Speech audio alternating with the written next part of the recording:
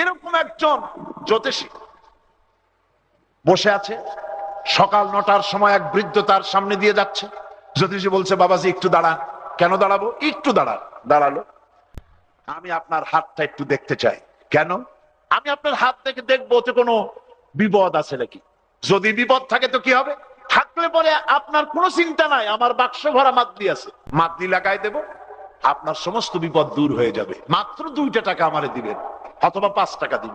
আচ্ছা, আমার আগাম বিপদ তুমি দূর করে দিবে? বলে, হ্যাঁ, ওরকম তাবিজ আমার মাদলি ভরা আমার সুটকেস। বুড়ো হাতের বাজার করা ব্যাগটারে রাইখা ঠাস করে একটা চড় লাগাই দিয়েছে জ্যোতিষীর গালে। জ্যোতিষী বললেন, চাচা মিয়া, আমি আপনার একটা ভালো কথা কইলাম আর আপনি আমার চড় মারলেন। আমিও এরকম একটা জবাব আপনারই দিতে পারতাম, কিন্তু দিলাম না, কারণ আপনি আমার বাপের বয়সী, এই জন্য দিলাম না। তা আপনি আমার মারলেন কেন? কই, মারি নাই তো, আমি তো টেস্ট করছি। কি কয় মারি নাই? আমার গাল এখনো জ্বলে আর আপনি কয় মারেন নাই। বলছে, দেখো, আমি একটু টেস্ট করলাম। তুমি বলেছো যে আমার হাতে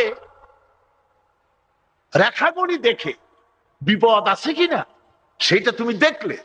আমার এই বিপদ দূর করার মতো অসংখ্য তাবিজ তোমার মাদলিতে, তোমার সুটকেসে আছে। তা বাবাজি, সকালবেলায় নিজের হাতটা দেখে গুনে আসো নাই?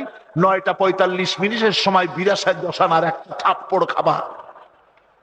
এতগুলি তাবিজ সুটকেস ভরা, তোমার বিপদ থেকে ঠেকাইতে পারলো না কেন?